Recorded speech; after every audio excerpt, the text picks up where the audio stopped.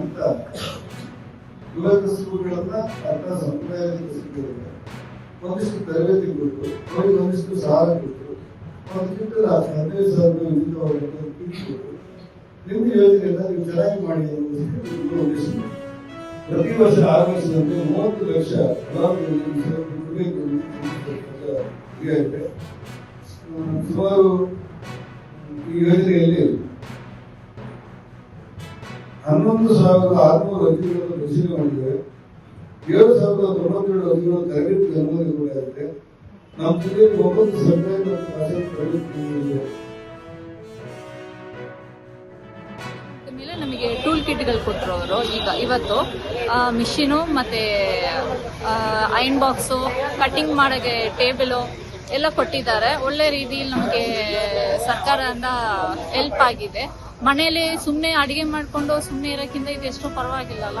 ಆ ಟೈಮ್ ಬಿಟ್ಟು ನಾವು ಬೇರೆ ಟೈಮಲ್ಲಿ ಅಡುಗೆ ಮಾಡೋ ಟೈಮ್ ಬಿಟ್ಟು ಕೆಲಸ ಮಾಡ್ಕೋಬೇಕು. ನಮಗೊಂದು ಸರ್ಕಾರದಿಂದ ಉಪಕಾರ ಮಾಡಿದ್ದಾರೆ.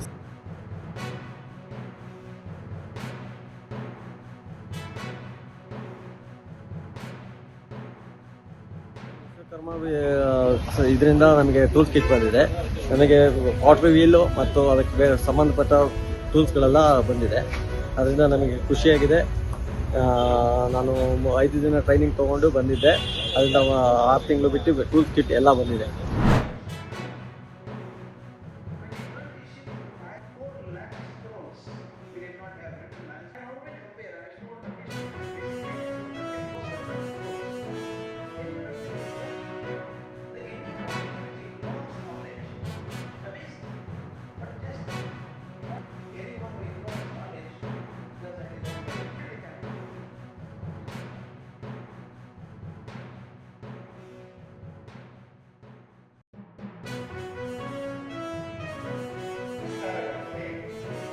ಸಾಹಚರ್ಯ, ಅವರ ಸಂಗತಿಯಿಂದ ಅವರ ಬುದ್ಧಿ ವಿಕಸಿತವಾಗುತ್ತೆ.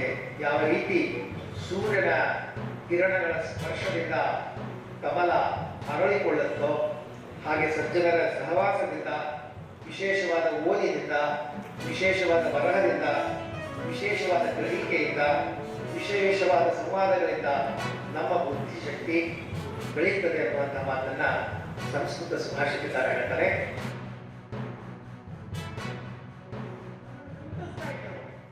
This person has got a very good future ಅಂತ ಹೇಳಿ ನಮ್ಮನ್ನ ಓಲೈಸಿ ಹಾರೈಸಿ ಪುಸ್ತಕಗಳನ್ನು ಕೊಟ್ಟು ಸಾಕಲಾಗಿದೆ.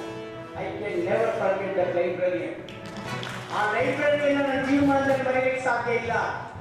ಕಾರಣ ಆತ ಒಂದು ಶಿಲ್ಪಿಗಳ ಕಾರ್ಯವನ್ನು ಮಾಡಿದ್ದಾರೆ. ಆ ಹಿನ್ನೆಲೆಯಲ್ಲಿ ದಯವಿಟ್ಟು library should not think that you have come by just chance. You should think this is a profession of your choice.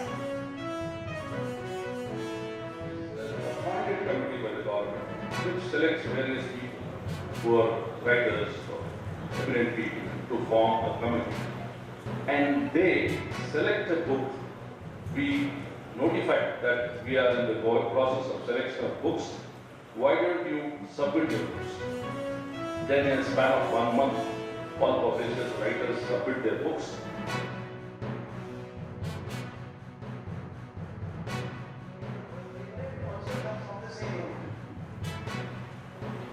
That means book and liberation both are same. The one who uses the book, reads the book, gets liberated. How beautiful it is. It's just not coincidence. I don't use coincidence. Liber and liberate come from the same root. Liber, that means book, it could be a book or it could be liberation. So I always say if somebody wants to get liberated, they should read the books.